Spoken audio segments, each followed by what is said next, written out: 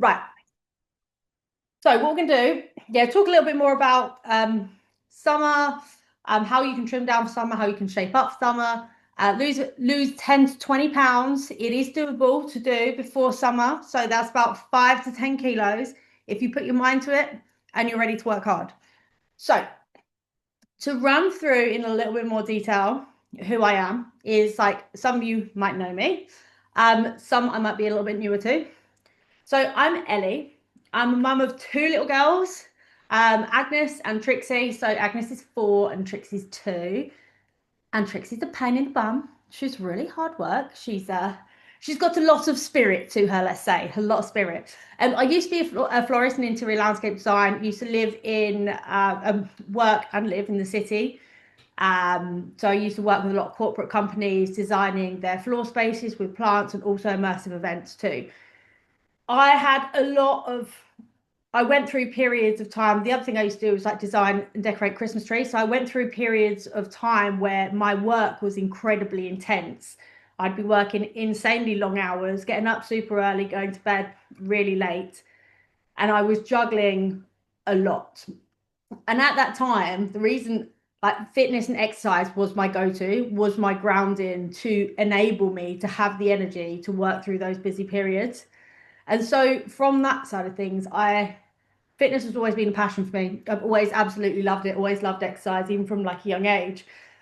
So I wanted to help other people enjoy exercise and fit it as part of their routine to build strength, to build energy, to make them fitter and stronger, and just to show them how they can do that essentially. Um, so the way I go about doing like the way I go about teaching exercise is I truly believe that exercise needs to be part of your lifestyle. It's not an additional extra. It's how you can build simple, sustainable habits that are going to help you today, but also for your future self as well. It's not just about now. So I'll run through that in more detail too, because for me, exercise is about building strength, but also the energy so you can show up for yourself, for your family, for your relationships, for your work. So you are giving everybody the full package of who you can be. So what's crown? So what we're going to run through today is how you can trim down for summer, how you can sustainably lose 10 to 20 pounds for summer without giving up all the foods that you love, without spending hours in the gym, and without dedicating your whole life to the process of weight loss. We're going to run through the structure of what you need to be doing. We're going to be running through the planning of how to fit the exercise into your exercise and sustainable eating habits into your routine. And there's also going to be a little bonus offer at the end and a time at the end for any questions and answers too. So the struggle, the struggle. So the reality is we're all busy, right? We live in a world now we wear so many hats. We've always got so many things to be doing. And there's always so much pressure on how much we can fit into a day. It comes down to our work, our life, our responsibilities, and a lot of the people, as I said before, a lot of the people I work with are often mums or they have really busy city jobs, and we get pushed to the bottom of the pile. We often put ourselves right at the bottom of the pile, instead of putting ourselves first. And then sometimes you'll find that because we're putting ourselves to the bottom of the pile, your fitness, some weeks you're really on it. Your food, some weeks you might be really on it. And then before you know it, Wednesday comes, Thursday comes a little bit, you start trickling away. And then by Friday, you're falling off. And then by Monday, you need to start again.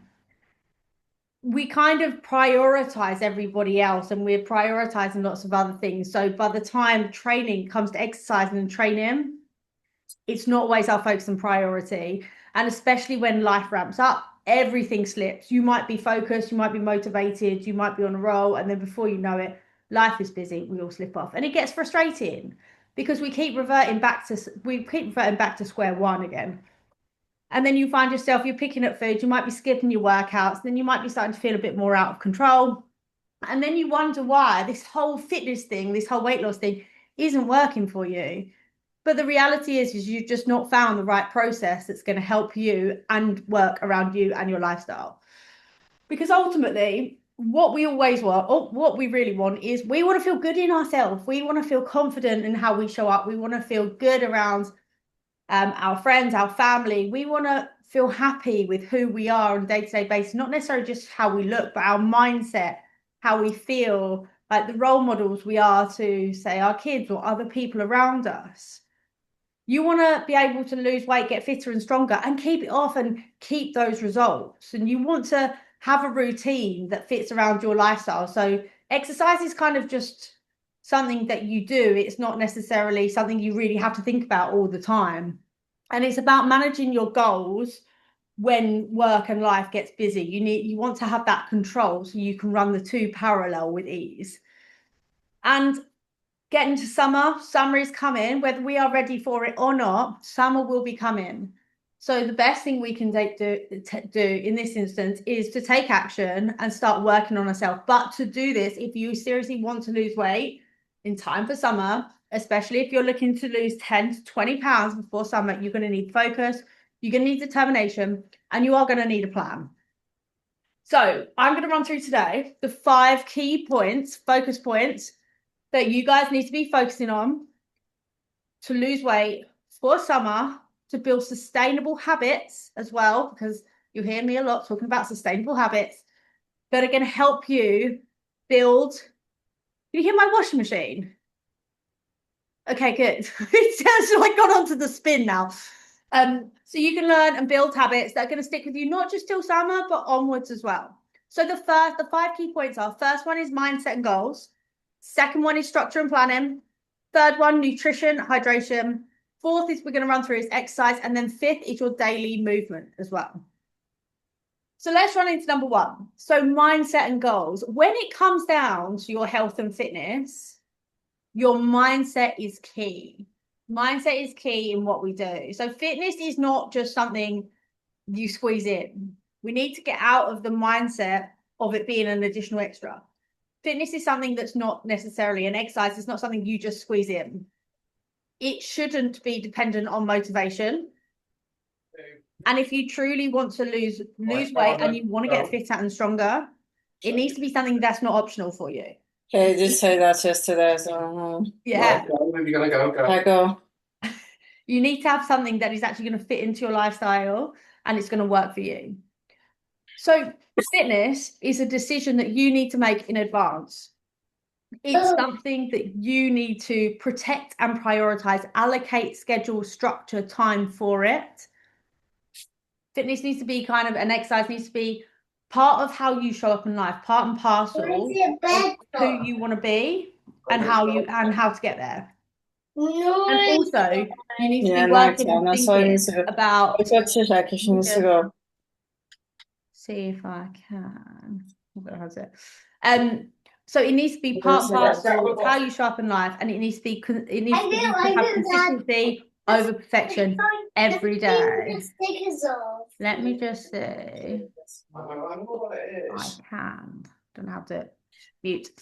Okay, so secondly, when it comes to your mindset and setting your goals, why is it important? If you don't have a goal, if you don't have somewhere you want to get to, if you're not serious about where you want to get to, you are going to struggle to get there, because you need that drive. You need that. You don't need to rely on motivation, but you do need, it does help and it does have a pull. And if you have a set goal, it's going to keep you intentional. It's going to give you a clear direction of where you want to get to as well. It's going to help with your mindset and how you show up and perform on a day-to-day basis. And it's going to, your mindset ultimately is going to be what's going to determine your consistency. Because if your mindset is in the right place and you want it enough, you're going to drive towards to get it. And all you need is the support to get you there. Because together, with all these things above, you're going to build momentum. And the key to you being successful in reaching your fitness goal, whether that be losing 10 pounds, whether that be losing 15, whether that be losing 20 pounds, whether that be you wanting to get fitter, like generally just get stronger, you need momentum, because your results are going to be built on having those consistent habits, because you're not always going to be motivated. Motivation is just a mood. It's going to come and it's going to go. And when the motivation isn't there, you need to have a why that's really, really pulling you to where you want to get to. So how do we set our goals? All of this I am recording and I'll send it all through to you. You got a little bit of homework here, something you can go away and do. So what I would say is do this, set this as your first task for you to do. You want to make your goals. You need to choose your main focus, starting with for the next 5 weeks. Where do you want to get to in the next what? So let's say where do you want to get to in for summer, and then break it down to the next 5 weeks. Where do you want to get to? You need to make it measurable. So you have a long-term goal and a shorter-term goal. You need to make it measurable. Let's say, for example, I want to lose 4 centimeters from my waist. It might be if you're looking to lose 10 pounds, 5 kilos, you're realistically looking about 4 to 5 centimeters from your waist on average. You need to make it meaningful. The goals you make, you want to feel. You want to have a drive, you need to have the motivation to why do you want to get there. You need to have a real drive to make you passionate about getting there because that's what's going to hold you accountable as well. You need to break it down. Each week, you want to have 3 goals, 3 little goals that are going to be your focus points for the week that are going to help you reach your bigger goal. Let's say, for example, it might be you set them on a Monday, your 3 goals might be no chocolate 5 days a week. It might be, let's say, no carbs for breakfast and lunch 6 days a week or 7 days a week.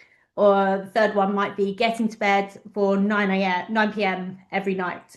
So 3 little things, so you got little focus points that are going to help you take you on your way to your bigger goal. At the end of the week, you reflect on them, see how you did, and then you can update and change them for the next week. You don't have to do everything all in one go. You need to be auditing your week. So you need to schedule everything. On a Sunday, you'll find it'll fall into routine, but on a Sunday, what I like to do is go through my calendar and set my week. So write down, schedule when you're going to exercise. Find the time that you're going to exercise in your calendar. Think about what meals you're going to be eating. Think about what dinners, breakfast, dinners. I'll go through food in a bit more detail in a minute. What food you're going to be eating for the week. When you're going to move. When I say movement, I mean like how you're going to get your steps in, how you're going to keep a little bit active during the week, above and beyond your workouts. And then when you're going to rest. Scheduling in rest is so important. And people think I'm crazy because I schedule everything. If you look at my calendar, it's scheduled from the second I get up to when I go to bed. By scheduling everything, because ultimately you can't see where you're losing time if you're not structuring your day, because it's so easy to jump on Instagram and like just scroll through Instagram. Before you know it, 10, 15, 20 minutes are gone and you've kind of not achieved a huge amount. So if you can schedule your week and establish where your time is, it makes it easy to allocate time. And when you want to rest in the evening, you can put the rest in your calendar and you can mentally switch off because you've given yourself that time, which as busy people, it's often hard to switch off. But if you allocate the time to, it makes it a lot easier. For your goals, you need to be setting clear boundaries. You need to protect your time, you need to stick to it, and you need to take control. You need to share your goals. It's so important. Don't do this journey alone. If you've got a goal that you want to achieve, shout it from the rooftop, because it's so much easier when everybody else understands and knows the goal that you're looking to work towards, especially if you're cooking meals for your partner or you're having to cook dinners for children. Like if they can understand the goal, they're not going to be as much. Your kids will probably be a bit different. They'll probably have something to say about any meal you make. But if you're telling your partner, he'll be on board and supportive, and it makes it a lot easier.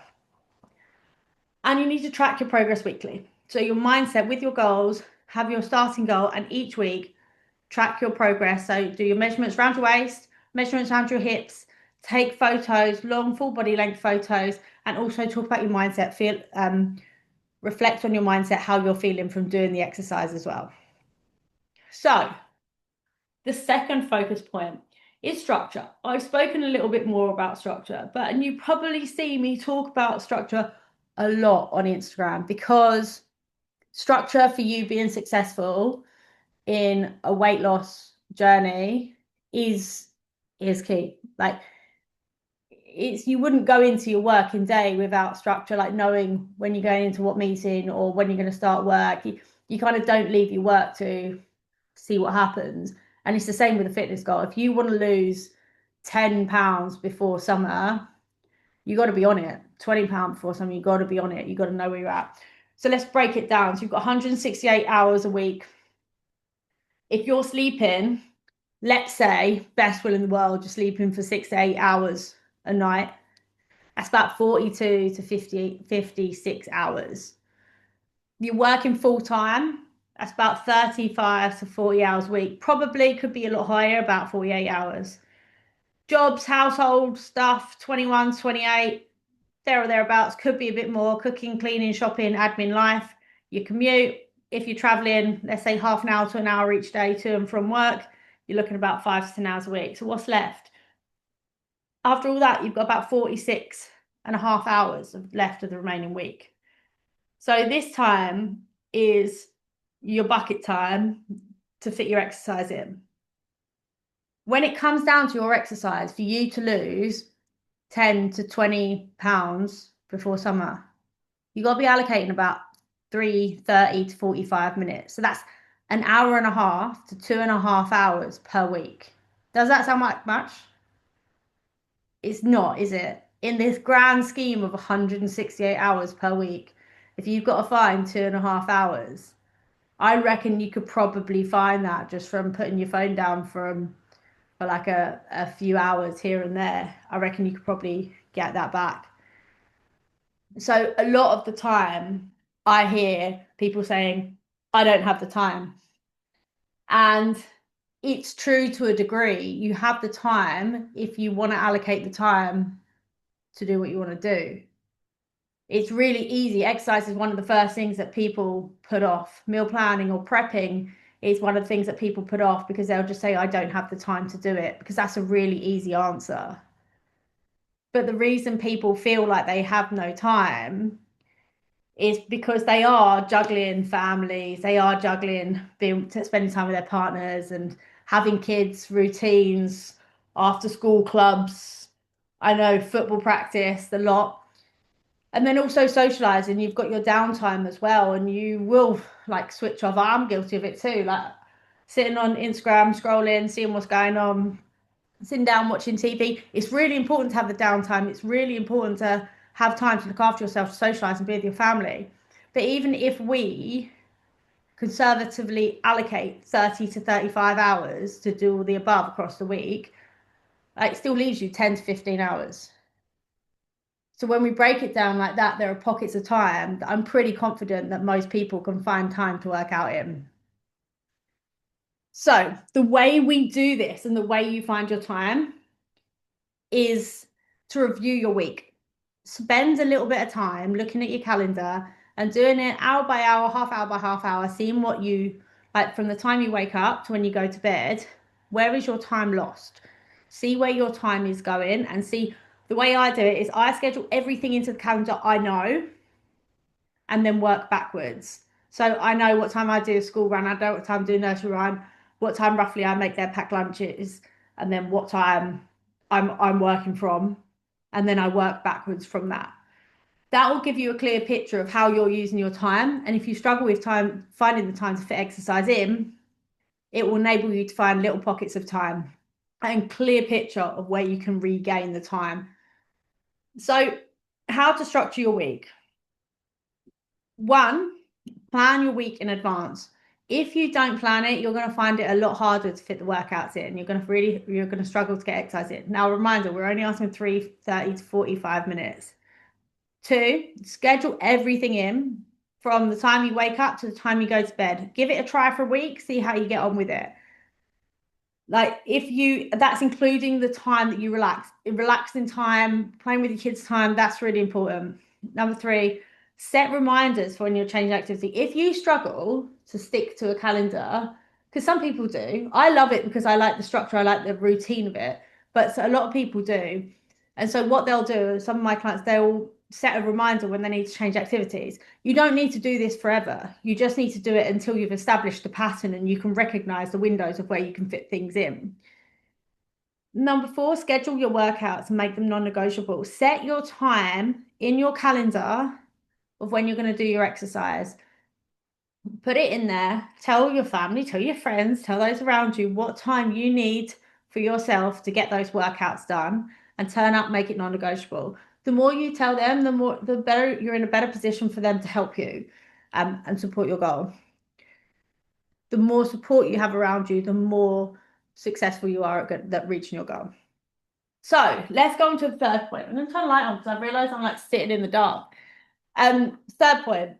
So food and nutrition and hydration. So this is really important. Nutrition and hydration is one of the key factors in a weight loss goal, especially if you're looking to lose 10 to 20 pounds.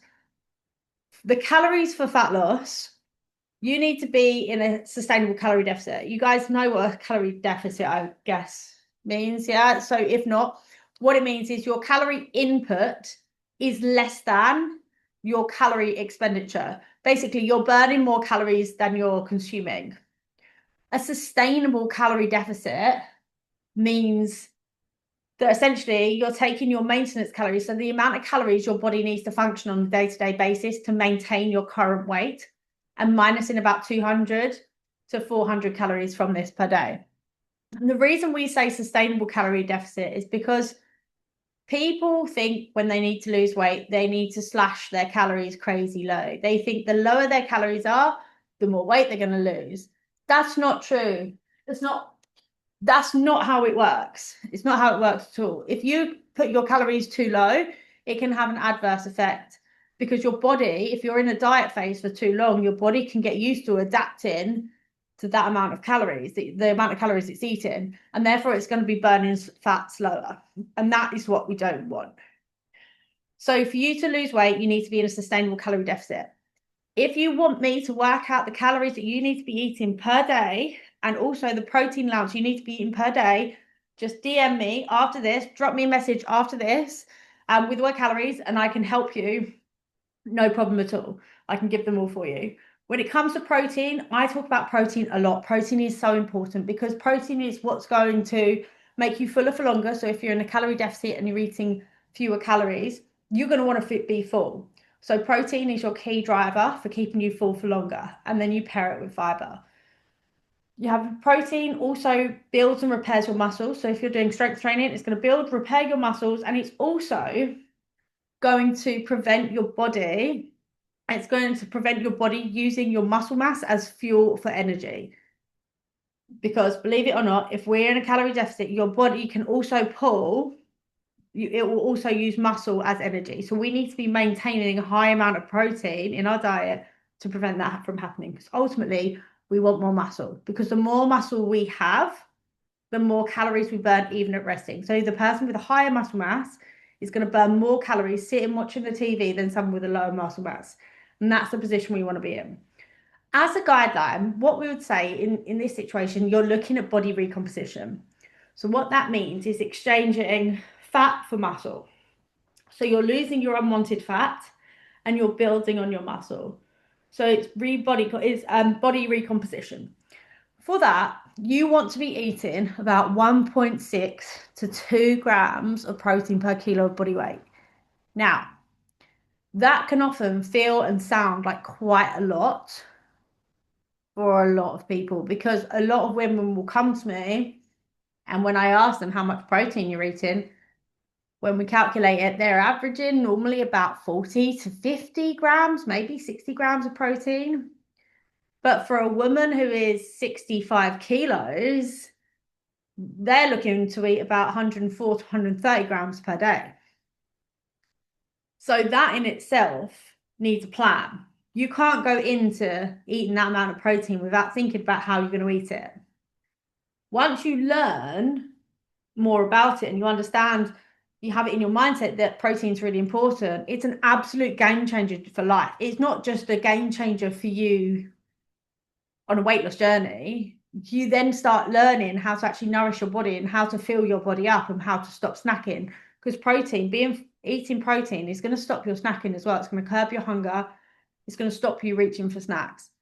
So to break that down, let's say breaking down 100 to 130 grams across a day, for breakfast, you want to be eating at least 20 to 30 grams of protein for breakfast, 30 to 40 grams for lunch, 30 to 40 grams for dinner, and about 20 grams for snacks. So what that might look like is breakfast, a few scoops of Greek yogurt. I often mix mine with protein powder as well. So Greek yogurt, not Greek style. Greek yogurt is higher in protein than Greek style yogurt. I mix mine with protein powder too, and some additional milk, and then berries on top, fruit on top, big dollop of peanut butter. You can put some granola on it too if you want to, nuts on it, whatever works for you guys. Lunch, you're probably looking at about 1 to 2 chicken breasts with salad. I personally have bowl of salad with tuna, eggs, and then sometimes I mix in some beans as well.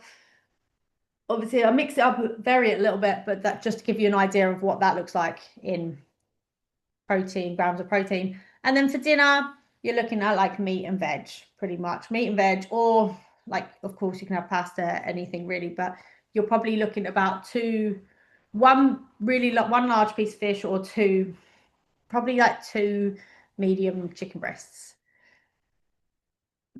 So starving yourself, when you're in a calorie deficit, starving yourself isn't the answer. If you want to lose weight, do not starve yourself. It's not the way to go. You can't out-train skipped meals. If you're guessing what you're eating, you're not really going to know. So it's all just kind of a bit of a guessing game, and you're not going to get the results you want. If you're starving yourself, you're going to be more inclined to reach for the biscuit tin. You're going to be more inclined to reach for snacks in the cupboard because you're going to be hungry. You're not going to have, if you're not eating enough calories, you're not going to have the energy that you need to fuel your day to day, to fuel your workouts. You'll struggle with your focus. You'll get ratty and you'll be a little bit grumpy. You know, when you're hungry and you just turn into a bit of a monster? I do it all the time. Like if I'm in a stage where I'm hungry, like if I haven't been fed like a dog, if I haven't been fed, then I'm like, I'm awful. But your nutrition needs to support your energy. It needs to support your focus, your recovery, and it will help you with your body recomposition, because your body needs fuel. Essentially, food is our fuel. So for you to be successful in like, for you to get to the stage to trim down, to lose weight, then you need to be planning your week of meals. It's so much easier. So much of this comes down to planning and preparing and being mindful of what you're eating. So if you can plan roughly what you're going to have for the week, I like to make it easy for myself. I don't love cooking. I find it a bit of a flap, especially at the end of the day. I want something quick, easy, and simple. But for me, I like to have a couple of breakfasts and a couple of lunches that I can use on rotation. I actually they're pretty similar. So I have yogurt mostly for breakfast, and then yogurt and fruit for breakfast. It's a massive bowl. It's really filling. And then for lunch, I have ginormous salads. I eat a lot. Or I might have some form of egg, cottage cheese, egg mayonnaise kind of thing on some crackers or rice cakes or things. And then when it comes to dinner, we have about 5 or 10 different meals on rotation.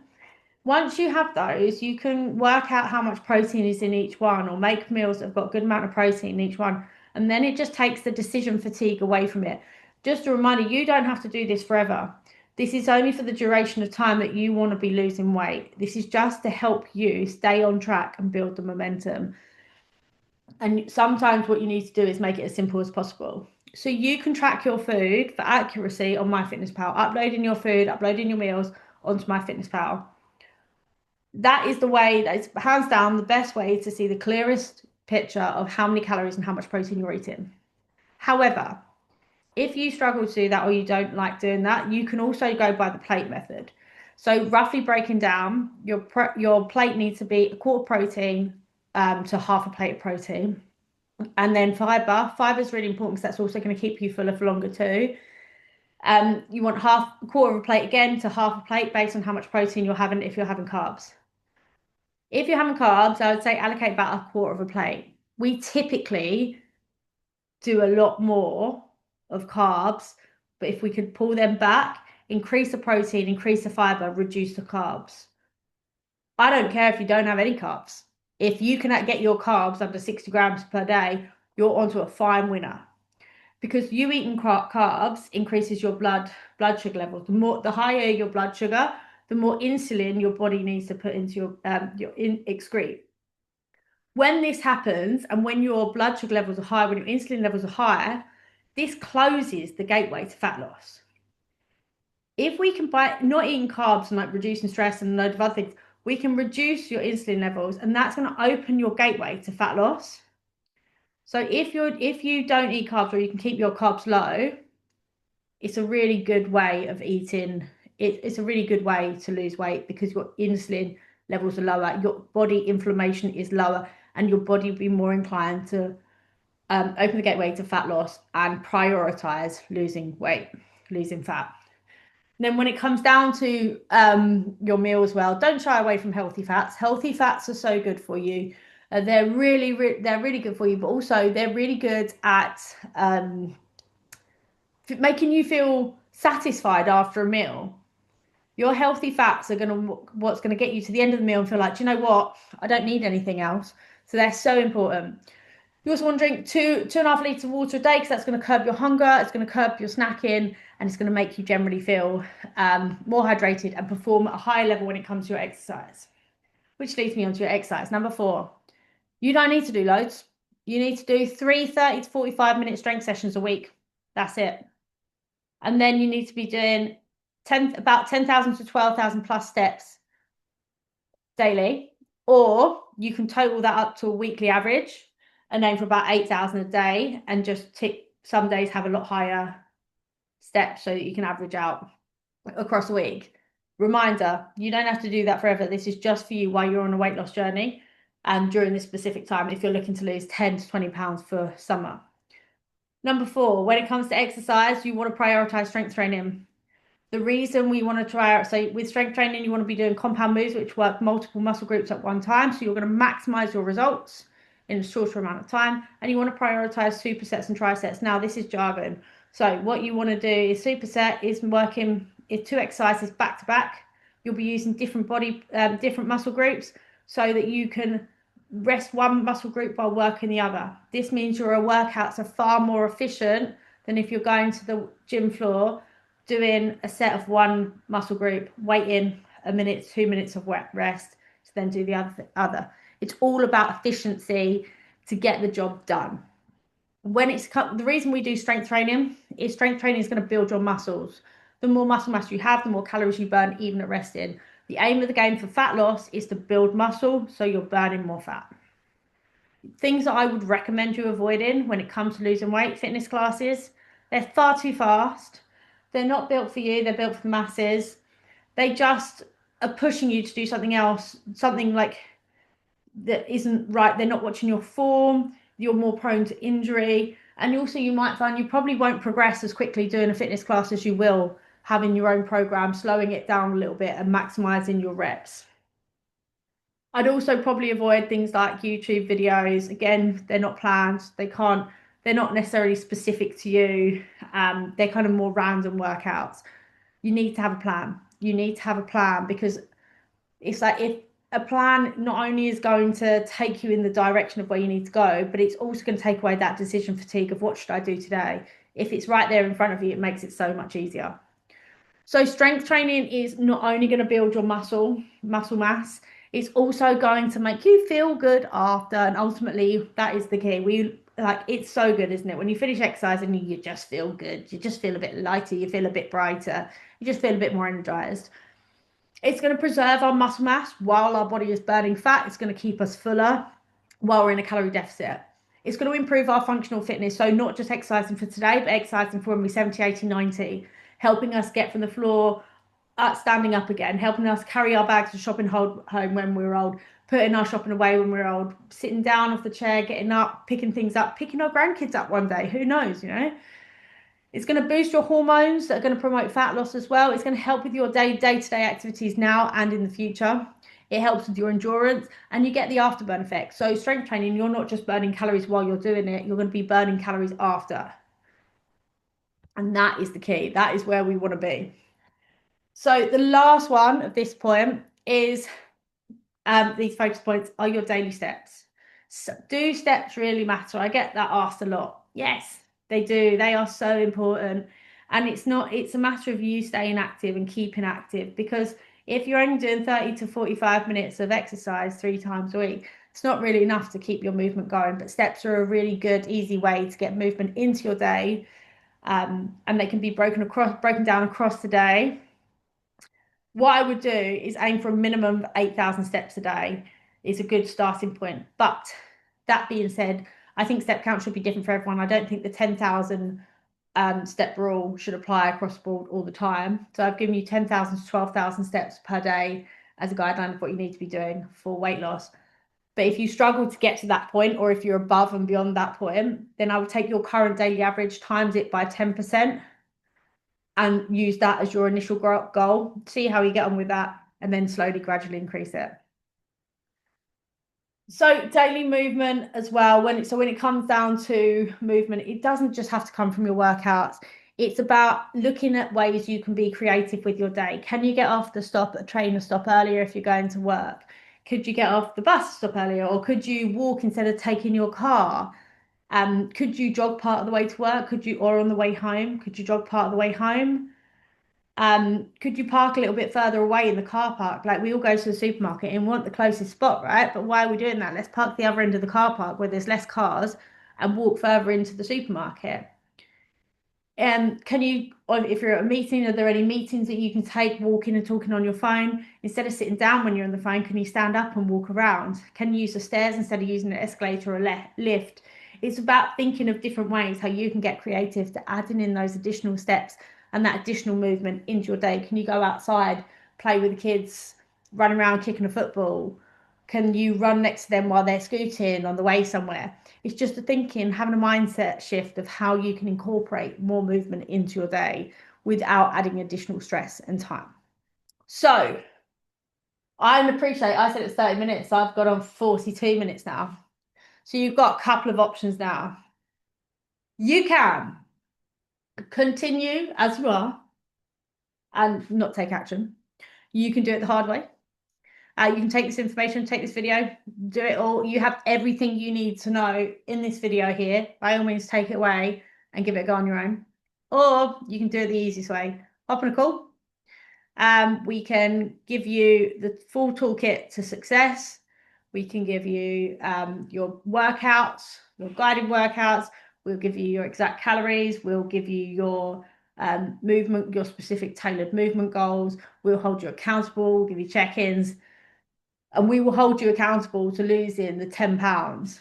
So if that sounds like something you need help with and you want help from that perspective, message me the word workshop to hear more about. I've got some personalized offers running at the moment just for this workshop. They'll be running for the next 48 hours. So if you have any questions, or you need any help, or you want a bit more information on any of this or on the offers that I've got running, just drop me the message with the word workshop. And also, not to forget, if you want your personalized calories, you can also message me about that as well. So I have spoken for a long time now. Have you got any questions, or is there anything you feel I haven't covered or you want any information on?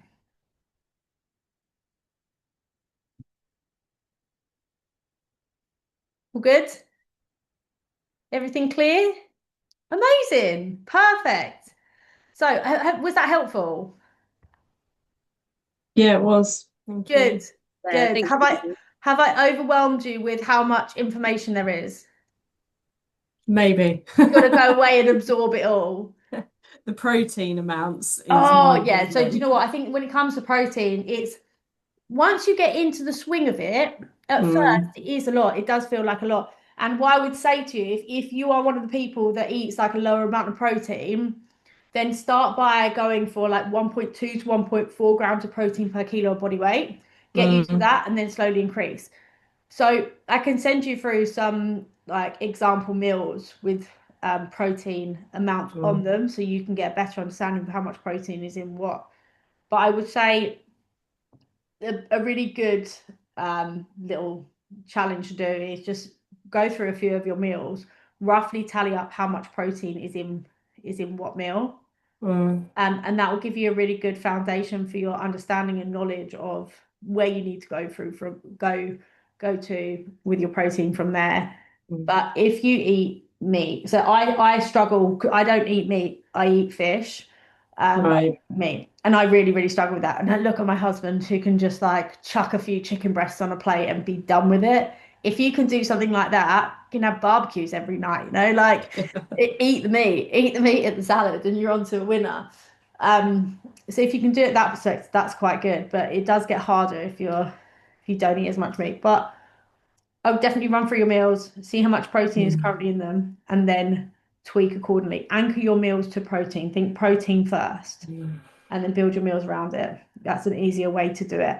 So think what protein you're going to buy from the supermarket and what meals you can make around it. Yeah. Cool. Yeah, cool. Any other questions at all? No? Thank you. No, not at the You are moment. so welcome. And if you need anything, you always know I'm always here to help you. I love helping people. Just give me a shout if you need anything. Brilliant. Thank Thank you you. so much for joining. Cheers. See Bye. you. Bye bye.